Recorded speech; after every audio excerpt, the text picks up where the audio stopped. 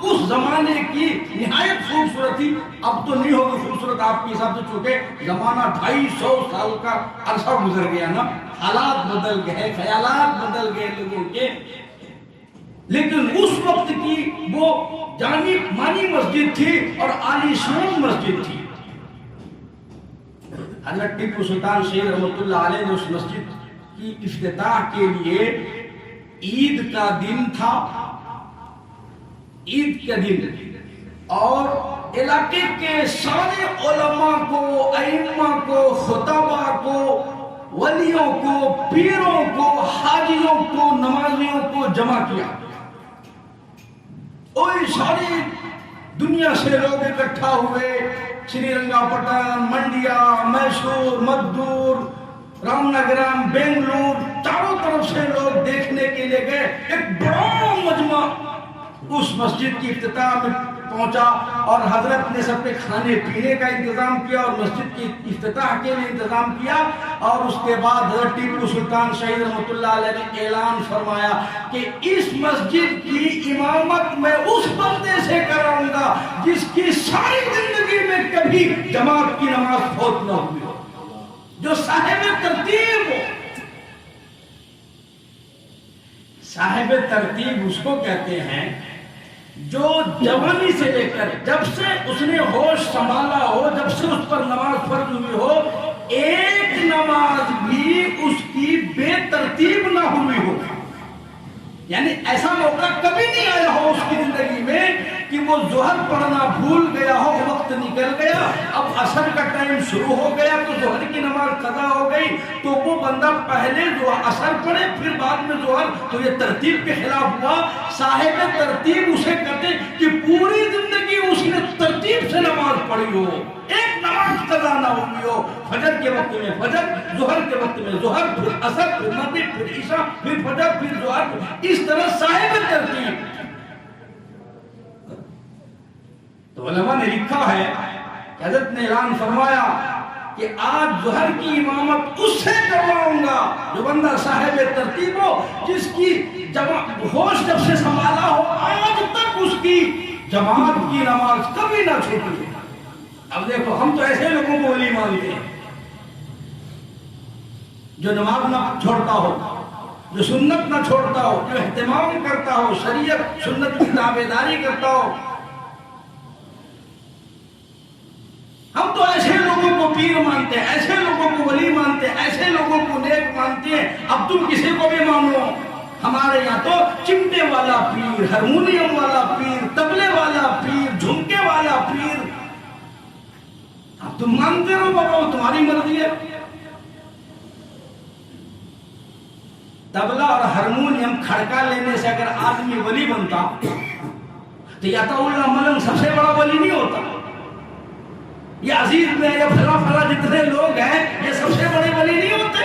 اللہ کے بندے کچھ انصاف کرو، اپنے دل میں کچھ جھانک کر کے دیکھو، کبھی قرآن و حدیث پڑھو، اپنے دل سے پوچھ کے دیکھو ہم کیسے لوگوں کو ولی مانتے ہیں اور کس کے پاس جاتے ہیں.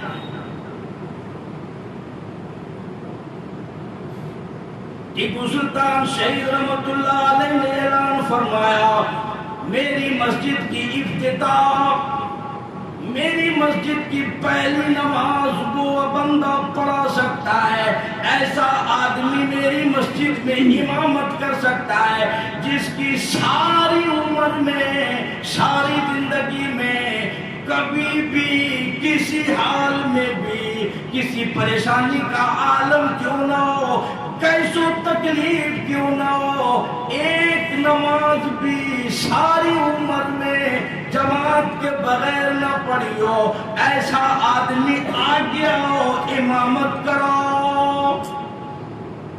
علماء نے لکھا ہے ولی موجود تھے اور متقی لوگ موجود تھے، علماء موجود تھے، بڑے بڑے مساجدوں کے امام موجود تھے، عالم موجود تھے، حافظ قاری موجود تھے، بڑے بڑے اللہ والے موجود تھے، حاجی نمازی موجود تھے، لیکن اپنے اندر کوئی بھی پوری شرط نہیں دیکھ سکتے تھے۔ کبھی نہ کبھی نماز قضا ہوئی ہوگی، سفر میں، حضر میں، ہاسپٹل میں، پریشانی میں میری نماز قضا ہو گئی ہے۔ ایمانداری کا زمانہ تھا، کسی نے ہمت نہ کی مسجد اعلیٰ میں کھڑے ہو کر کے ظہر کی نماز پڑھا دے۔ سارے لوگ پریشان تھے، اپنے اندر پوری زندگی میں پوری شرط نہیں دیکھتے تھے۔ اب ہمارے یہاں تو امام ایسے تلاش کیے جاتے ہیں، صاحب آواز بہت اچھی ہونی چاہیے، بیان بہت اچھا ہونا چاہیے، انداز بہت نرالا ہونا چاہیے، نیکی تقویٰ ہے یا نہیں؟ بس ہمارا یہ امام صاحب ہے۔ ٹیپو سلطان کہتے ہیں نا، مصلی پہ وہ بندہ کھڑا ہوگا جو سب سے زیادہ متقی ہو، سب سے زیادہ پرہیزگار ہو، وہ آ کر کے میرے مصلی پہ کھڑا ہو، اگر کوئی نہ پڑھائے نماز۔ اسی لیے مسجدوں کا معیار بناؤ، مسجدوں میں امامت کا معیار بناؤ۔ امامت کے لیے تقویٰ ضروری ہے، امامت کے لیے خوف خدا ضروری ہے، نمازوں کی پابندی ضروری ہے، اہتمام ضروری ہے، اور اللہ رب العزت کے تمام وعدے نماز پر صرف اہتمام پر ہے، بغیر اہتمام کے نماز پڑھنے پر کوئی وعدہ نہیں۔ ذمہ داری سے کہتا ہوں، میری مرضی آئی جب مرضی میں آئی پڑھی، جب مرضی میں آئی چھوڑ دی، جب دل میں آیا پڑھ لیا، جب دل میں آیا چھوڑ دیا۔ ایسا پڑھنے پر اللہ کا ایک وعدہ نہیں ہے۔ آپ دکھا دو قرآن و حدیث، میں ادھر بیٹھا ہوا ہوں۔ تبھی تو ٹیپو سلطان کہتا ہے میری مسجد میں وہ امامت کرائے جس نے ساری زندگی، ساری عمر میں اہتمام سے نماز پڑھتا ہو۔ اللہ اکبر کبیرہ۔ ایک صاحب کہنے لگے کہ امام صاحب آپ لوگ تنخواہ کے لیے نماز پڑھتے ہو، تنخواہ ملتی ہے اسی لیے نماز پڑھا دیتے ہو، اسی لیے اہتمام ہوتا ہے، اسی لیے جو اللہ کا خوف خدا وغیرہ وغیرہ وغیرہ۔ تو ہمیں بھی بڑا دکھ ہوا یہ بات سن کے، تو ہم نے اپنے بڑوں سے ڈسکس کیا ایسا کیا ہے۔ تو حضرت نے، ہمارے بڑوں نے، اللہ والوں نے جواب دیا، اللہ والوں نے جواب دیا کہ دیکھو، جب امامت میں رہ کے اور غیر امامت میں رہ کر کے اگر دونوں جگہ سیم ٹو سیم پابندی ہو، اہتمام ہو، تو سمجھو یہ اللہ کے لیے ہے۔ ڈیوٹی میں اگر اہتمام ہو اور بغیر ڈیوٹی کے اہتمام نہ ہو تو سمجھو یہ پیسوں کے لیے ہے۔ فرق سمجھو، دونوں جگہ دل کی کیفیت ایک ہو، امامت میں بھی غیر امامت میں بھی، تو سمجھو یہ اللہ کے لیے ہے۔ اور اگر امامت میں دل کی کیفیت کچھ ہو، غیر امامت میں دل کی کیفیت الگ ہو، تو سمجھو اس میں نفع کا جو ہے شبہ ہے۔ ایسے لوگ موجود ہیں الحمدللہ اس زمانے میں جو امامت کے ساتھ احترام سے نماز پڑھتے ہیں۔ ایسے لوگ ہیں آج بھی، 6 مہینے جن کی تہجد قضا نہیں ہوتی ہے، 6 مہینے تک تکبیر اولیٰ ہوتے بھی آج بھی ایسے لوگ ہیں۔ الحمدللہ ثم الحمدللہ، حدیث ابن نعمہ کے طور پر بالآخر ظہر کا وقت ختم ہونے کو لگا۔ سری رنگا پٹن میں ٹیپو سلطان نے اعلان فرمایا، پہلی نماز اس بندے سے پڑھواؤں گا جس کی ساری عمر میں، ساری زندگی میں کبھی بھی کسی حال میں بھی تکبیر اولیٰ فوت نہ ہوئی ہو۔ ایسا بندہ کھڑا کراؤں گا اور ایسے کی امامت کرواؤں گا۔ ظہر کا وقت ٹائٹ ہونے لگا، ہزاروں کا مجمع تھا، علماء کا، ائمہ کا، خطبہ کا، کسی کے اندر ہمت نہیں ہوئی آگے بڑھ کر کے ظہر کی نماز سینے رنگا پٹن اعلیٰ مسجد میں پڑھا دیں. بالآخر ٹیپو سلطان شہید رحمۃ اللہ علیہ خود آگے بڑھے اور فرمایا کہ لوگوں الحمدللہ فقیر کی ساری زندگی میں کبھی ایک نماز بھی بغیر جماعت کے نہیں ہوئی. بادشاہ ہو کر کے ہر وقت جو لڑائیوں میں ہوتے تھے، جہاد میں ہوتے تھے، ہر وقت جو ہے فتنے فساد میں، اس کے باوجود نماز کے اہتمام کی یہ حالت ہے کہ پوری زندگی صاحب ترتیب بن کر کے رہے. ایک نماز بھی کبھی پوری زندگی میں بغیر ترتیب کے کبھی نہیں پڑھی. اسی لیے فرمایا ولی کی سب سے بڑی علامت یہ ہے کہ وہ نمازوں کا اہتمام کرنے والا ہوگا. حافظ جمال کا ملتان میں حافظ جمال رحمہ اللہ کا مزار ہے. حافظ صاحب کا انتقال ہو گیا. حافظ جمال نے یہی 2 شرطیں لکھی. 2 شرطیں لکھی حافظ جمال رحمہ اللہ نے. فرمایا لوگوں میری نماز جنازہ وہ آدمی پڑھائے جس کی کبھی بھی تہجد قضا نہ ہوئی ہو، اور میری نماز جنازہ وہ پڑھائے جس کی اثر کی سنتیں کبھی نہ چھوٹی ہو، ہر کوئی میرا مصلی پہ کھڑا قطر نہ ہو. حافظ صاحب کا انتقال ہو گیا. وصیت نامہ پڑھ پڑھ کے سنایا جاتا. لو جی حافظ صاحب نے یہ وصیت نامہ لکھا جس میں شرطیں پائی جاتی ہو وہ آ گیا اور نماز جنازہ پڑھو. سارا دن گزر گیا کوئی جنازہ پڑھنے والا نہیں. ملتے ہی نہیں ایسے لوگ نماز پڑھتے ہی نہیں. جو پڑھتے وہ پابندی نہیں کرتے. سوچنے والی بات ہے بھائی جو دکان نہیں ڈالا اس نے تو ڈالا نہیں، چھوڑو اس کا تو کہیں لینا دینا نہیں، اس نے کاروبار نہیں کیا، دکان ڈالا ہی نہیں. لیکن جو دکان ڈال کے خسارہ اٹھائے، گھاٹا برداشت کرے، تو اس پر لعنت نہیں بھیجو گے آپ. کاروبار کر کے تم گھاٹا اٹھا رہے ہو، نقصان برداشت کر رہے ہو. جو نہیں پڑھتا اس کا تو بیٹھ کر رونا روتے ہیں نا، وہ نماز نہیں پڑھتا. جو پڑھتے اس کے بلے کچھ نہیں پڑھ رہا نا، اس کا کیا کرو گے اتنے بڑے مجمع کا؟ اس کی زندگی میں اہتمام نہیں ہے، اس کی زندگی میں پابندی نہیں ہے، اس کی زندگی میں خشوع خضوع نہیں ہے، ان کا کیا کرو گے؟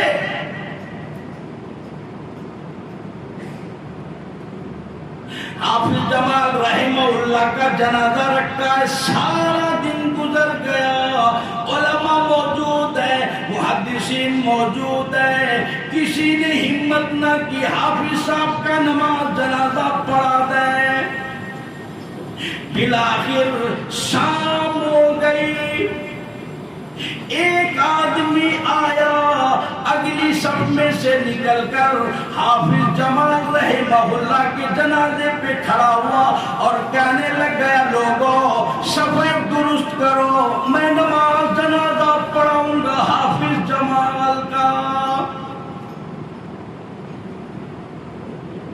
ایسا لگ رہا تھا کہ کوئی دور کا مسافر ہے، پیدل چل کر آیا ہے، جس کے پاؤں میں گرد و غبار پڑا ہوا تھا، کپڑوں میں گرد و غبار لگے ہوئے تھے، کپڑے میلے کچیلے تھے.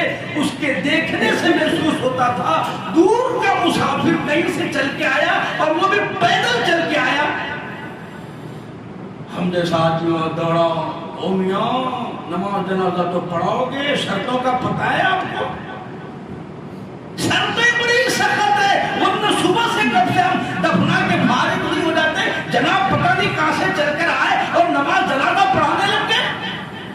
ہم یہاں بے وقوف کھڑے ہیں، صبح سے شام ہو گئی. فرمایا الحمدللہ شرطوں کا پتہ ہے. ساری عمر میں، ساری زندگی میں الحمدللہ فقیر کی کبھی تہجد قضا نہیں ہوئی، اور دیگر اثر کی سنت ہے ساری زندگی میں میری کبھی نہ چھوٹی. فرمانے لگ گئے او اللہ والے آپ کون ہو؟ کہنے لگے میں خیر پور تانبا والی سے چل کر آیا ہوں، ذات کا کمبھار ہوں، خدا بخش میرا نام ہے.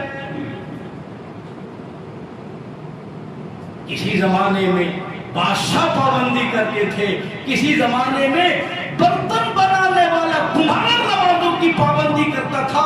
کسی زمانے میں جوتا سینے والا مچھی والوں کی پابندی کرتے تھے. بزرگ چمہر رحمت اللہ علیہ ایک اللہ والے گزرے جن کے جوتے سینے کا کام تھا. ساری زندگی میں کبھی ان کی ایک نماز قضا نہ ہوئی. کسی زمانے میں بادشاہ پابندی کرتا, غریب پابندی کرتا, فقیر پابندی کرتا تھا, کسی زمانے میں مچھی پابندی کرتا تھا, برتن بنانے والا. آج کھاتے پیتے لوگوں کو نماز کی توفیق نہیں ہوتی. اس وجہ سے زندگی آج ایسی بنی ہے کہ سب کچھ ہے لیکن زندگیوں میں اطمینان نہیں ہے, سکون نہیں ہے, زندگی میں برکت نہیں ہے, پریشانی پریشانی دکھوں بھری زندگی گزار رہے ہیں اور احساس تک نہیں کیا ہو رہا ہے. میرے بھائیو, اللہ کی قسم, میں قسمیہ اس کرسی پہ بیٹھ کے کہتا ہوں, دنیا میں ایک ولی آپ ایسا دکھاؤ جو نمازوں کے بغیر ولی بن گیا, جو سنتوں کے بغیر ولی بنا ہو, جو شریعت اور سنت کے بغیر اللہ کا نیک بن گیا. ایک بندہ کوئی آپ لا کر کے دکھاؤ. اب آپ نہ جانے کسے پیر مانتے ہو مانتے رہو, کسے ولی مانتے ہو مانتے رہو. لڑکی کو لڑکا بنا دیا, لڑکا کو لڑکی بنا دیا, فلانے پیر فلانے پیر فلاں. میں کہتا ہوں کوئی بھی ہو, امیر ہو, غریب ہو, وزیر ہو, کمشنر ہو, ذمہ دار ہو, فقیر ہو, کوئی بھی ہو, اللہ کے بندے مسلمان ہو, کم سے کم مسلمان بن کر مرنے کی کوشش تو کرو نا. نمازوں کا اہتمام تو کرو نا. اپنی زندگی کو پوچھ کر کے دیکھو ہماری زندگی میں نماز ہے کہ نہیں.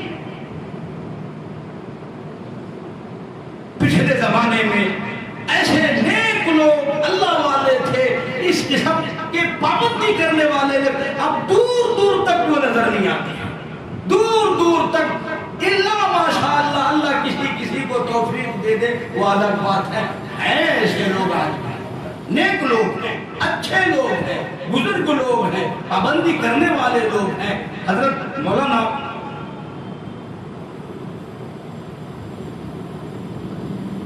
حسین احمد مدنی رحمت اللہ علیہ فرماتے ہیں, ہمیں ایک اللہ والے سے ملاقات ہوئی. علیک سلیک کے بعد وہ فرمانے لگے کہ حسین انسان کہاں بستے ہیں, انسان کہاں رہتے ہیں. وہ کہنے لگے حضرت یہ دلی میں پورا جو مجمع ہے, لوگوں کا جم گٹھا ہے, یہ سارے انسان ہی تو ہیں, یہ سارے انسان ہی تو ہیں نا. یہ اتنا بڑا میلہ لگا ہوا ہے, آپ کو انسان دکھا, آپ پوچھ رہے انسان کہاں بستے ہو. وہ فرماتے ہیں کہ جب میں نے کہا کہ یہ سارا مجمع, یہ سارے لوگ بازار میں جو پھر رہے ہیں یہ سارے انسان ہیں, تو انہوں نے ایک آہ بھری, انہوں نے ایک آہ کھینچی کہ یہ سارے انسان ہیں, ایک آہ کھینچی. وہ فرماتے ہیں کہ ان کے آہ کھینچنے سے میری حالت ایسی ہو گئی تھی, میرے اندر کچھ وجد کی کیفیت طاری ہو گئی اور میری حالت ایسی ہو گئی, کچھ مجھ پر منتشر ہوا کہ جب میں نے آنکھ اٹھا کر کے سارے مجمع کو دیکھا تو دیکھنے کے بعد مجھے پورا مجمع جتنا تک, جہاں تک میری نظر جا رہی تھی وہاں تک لوگوں کی بھیڑ تو تھی, لیکن مجھے سارے کے سارے کتے, بلی, گدھے, بیل, جانور دکھائی دیتے تھے. ان بھیڑ میں سے کوئی اکا دکا انسان دکھائی دے رہا تھا, ورنہ سارے کے سارے جانور نکلے. اب ہمیں کوئی جانور کہے تو ہم لڑ مڑیں گے, اچھا آپ بڑے انسان ہو, ہم جانور ہیں. لیکن وہ کہتے ہیں اس اللہ والے کے آہ بھرنے پر مجھ پر جو ہے وجد کی جو کیفیت طاری ہوئی, تو میں نے پورے مجمع کو دیکھا جانوروں سے بھرا پڑا تھا, لیکن ہاں بیچ میں ایک آدھ انسان کوئی دکھائی دے رہا تھا, کہیں کہیں کہیں کہیں کہیں کوئی اکا دکا دکھائی دیتا تھا. اس کے بعد سے تو حضرت جب بھی درس حدیث اور درس قرآن دیتے تو عموماً حضرت اس شعر کو پڑھ کر کے لوگوں کو سنا کر تب بات شروع کرتے, اور وہ یوں کہتے تھے حضرت کہ دیکھو بھائی, مالک تو وہ سب کا ایک, پر مالک کا کوئی ایک. یعنی اللہ تو وہ سب کا ہے، اپنوں کا بھی دشمنوں کا بھی، دوستوں کا بھی دشمنوں کا بھی، اچھوں کا بھی اللہ، بروں کا بھی اللہ ہے، انسانوں کا بھی جانوروں کا بھی اللہ ہے، ساری کائنات کا اللہ وہ ہے، ساری کائنات کا رب العالمین تو وہی ہے نا۔ لیکن فرماتے تھے مالک تو وہ سب کا ایک پر مالک کا کوئی ایک۔ یہ جتنے آپ کو دکھ رہے ہیں یہ سب اللہ کے لیے ہے، یہ سب اللہ کے لیے۔ کوئی دکان کا ہے، کوئی مکان کا ہے، کوئی فیکٹری کا ہے، کوئی انجینئر کا ہے، کوئی لائر کا ہے، کوئی اور کسی کا، کوئی اور کسی کا، کوئی مجنو کا ہے، کوئی جو ہے لیلا کا ہے، کوئی ٹھیلا کا ہے، نہ معلوم کس کا کون ہے۔ یہ گارنٹی نہیں کہ سب اللہ کے ہیں، لیکن اللہ سب کا ہے۔ تو حضرت فرماتے تھے کہ مالک تو وہ سب کا ایک پر مالک کا کوئی ایک۔ حضرت فرماتے تھے لاکھوں میں نہ ملے گا تو کروڑوں میں دے گا۔ اب تو یہ زمانہ آ گیا کہ ایسا کہنے کا دل کرتا ہے کہ اب تو کروڑوں میں بھی نہیں ملیں گے، تو اربوں خربوں میں دیکھ کوئی ایک آدھ بندہ اللہ کا مل جائے گا، ورنہ بڑا مشکل ہے صاحب، اللہ کا بندہ بننا بڑا مشکل ہے۔ اسی لیے اس عنوان کے تحت میں نے بات شروع کی تھی کہ نمازوں کی پابندی، اہتمام، اللہ والوں کی صحبت، اللہ والوں کی توجہات، ان کی دعاؤں میں ہمارا حصہ۔ وہ جو بیٹھ کر کے آخری رات میں خصوصاً اٹھ کر کے وہ جو اللہ کے سامنے روتے ہیں، گڑ گڑاتے ہیں، ایسے لوگوں سے تعلق پیدا کرو، تلاش کرو۔ میں نے ایک دن بتایا تھا جو اللہ کے نیک بندے ہوتے ہیں، دنیا دور والے ان کی برائی کرتے ہیں، گھر والے ان کی تعریف کرتے ہیں۔ جو نیک نہیں ہوتا، نیکی تپے کا ڈھول نچاتا ہے، تو گھر والے برائی کرتے ہیں، دنیا والے ان کی تعریف کرتے ہیں۔ جتنے دور دور سے آپ سنتے ہو نا، کبھی قریب کا ہو ان کے معاملات کو دیکھو، ان کے معاشرت کو دیکھو، ان کی عبادت کو دیکھو، ان کی سنت کو۔ ایک صاحب میرے کو ملے ایک دن بازو میں، آزو بازو دوست، تو مجھے، میں بہت پہلے کی بات ہے، میں کیا کروں، میں بہت پہلے سے ہوں، وہ بولے ہمارے پیر صاحب ہے، آپ کو ہمارے پیر صاحب کے پاس ملانے لے چلے۔ مجھے بہت شوق ہے اللہ والوں سے ملنے، بہت شوق، بہت شوق ہے۔ کچھ دن پہلے ایک اللہ والے آئے تھے، بجٹ میں ان کی بیان ہوئی تھی، 3 بجے رات میں اٹھ گئے تھے ہمارے گھر میں، اور اٹھ کر کے اس کے بعد سوئے نہیں گئے۔ میں سمجھ گیا واہ اللہ کے نیک بندے، خصوصاً آخری پہر ان کی مصلی پہ گزرنا ولایت کے لیے شرائط ہے، ضروری ہے اللہ کا نیک بندے کے لیے، اس کے بغیر نہیں صاحب۔ مجھے وہ لے گئے، میں چلا گیا ان کے ساتھ میں، ہم بھی ملیں گے بھائی، اللہ والے کیوں نہ ملیں، ہم تو بھاگ بھاگ کے جاتے ہیں، دوڑ دوڑ کے جاتے ہیں، اللہ کے نیک بندوں کے پاس سلام کرتے ہیں، مصافحہ کرتے ہیں۔ اللہ کے نبی نے فرمایا کہ انما شقی اللہ، کہ جو اللہ کے نیک بندوں کے پاس جاتا ہے، آتا ہے، ان سے سلام کرتا، مصافحہ کرتا، گلے ملتا ہے، دعائیں لیتا، مجلس میں جاتا ہے، اللہ کے نبی نے فرمایا کہ اس کا حسن خاتمہ کی میں گارنٹی دیتا ہوں، اچھی موت وہ مرے گا، میں گارنٹی لیتا ہوں، بری موت اسے نہیں آ سکتی، وہ بدبخت ہو کر نہیں مرے گا، بلکہ وہ خوش نصیب ہو کے مرے گا۔ اللہ والوں کے پاس جاؤ، ڈھونگیوں کے پاس نہیں۔ تو میں گیا تو دیکھا کہ بھائی طبلے، ہارمونیم اور پتہ نہیں کیا کیا شروع ہو گیا، ان کا اپنا گانا بجانا۔ میں نے کہا خدا حافظ، بس یہیں تک کا میرا سفر تھا، آپ ملا دیے، میں مل لیا، بہت اچھی بات ہے، اور مسجد سے نکل کر کے آ گیا۔ ہم آپ کو بتائیں گے اللہ والے کیسے ہوتے ہیں، کیا ہوتے ہیں۔ کبھی آپ آئیے ہماری خانقاہ سولی ضلع میں، ہماری خانقاہ لگتی سولی ضلع میں، اور ہر مہینے کے آخری جمعہ، ہفتہ، اتوار کو ہمارے حضرت کی مجلس لگتی ہے۔ ہم آپ کو نہیں بتائیں گے وہ اللہ کے نیک ہے یا نہیں ہے، آپ آ کر کے دیکھو نا، آپ ایک بار ملو، آؤ، بیٹھو، سنو، دیکھو اندر جو ہوتا ہے باہر وہی نکلتا ہے۔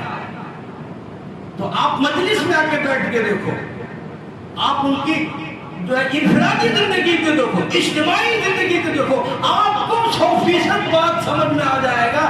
اسی لیے جلد بازی نہیں کرنا، اچھے پیروں کی شناخت کرو، اچھے ولیوں کی شناخت کرو، اور جب تمہارے سمجھ میں آ جائے کہ یہ اچھے پیر ہیں، اچھے ولی ہیں، نیک ہیں، تو اب ان سے کرامت مت پوچھو کہ کرامت دکھاؤ میرے کو، تب میں فوراً ایسے لوگوں کے ساتھ لگ جاؤ۔ فرمایا ایھا الذین آمنوا اتقوا اللہ، اے لوگوں اللہ سے ڈرو، وکونوا مع الصادقین، اور سچے لوگوں کے ساتھ ہو جاؤ، نیکوکاروں کے ساتھ، پرہیزگاروں کے ساتھ، اللہ والوں کے ساتھ ہو جاؤ، اللہ والوں کے ساتھ کبھی نہ چھوڑو۔ یہ اللہ تبارک تعالیٰ کا حکم ہے۔ اللہ ہمیں اچھے پیروں کی شناخت عطا فرمائے، نیک لوگوں کی صحبت عطا فرمائے، اللہ تعالیٰ ہم سب کے لیے حسن خاتمہ نصیب فرمائے، قائد سنت اللہ عمل کی توفیق عطا فرمائے، آمین۔ وآخر دعوانا الحمدللہ رب العالمین۔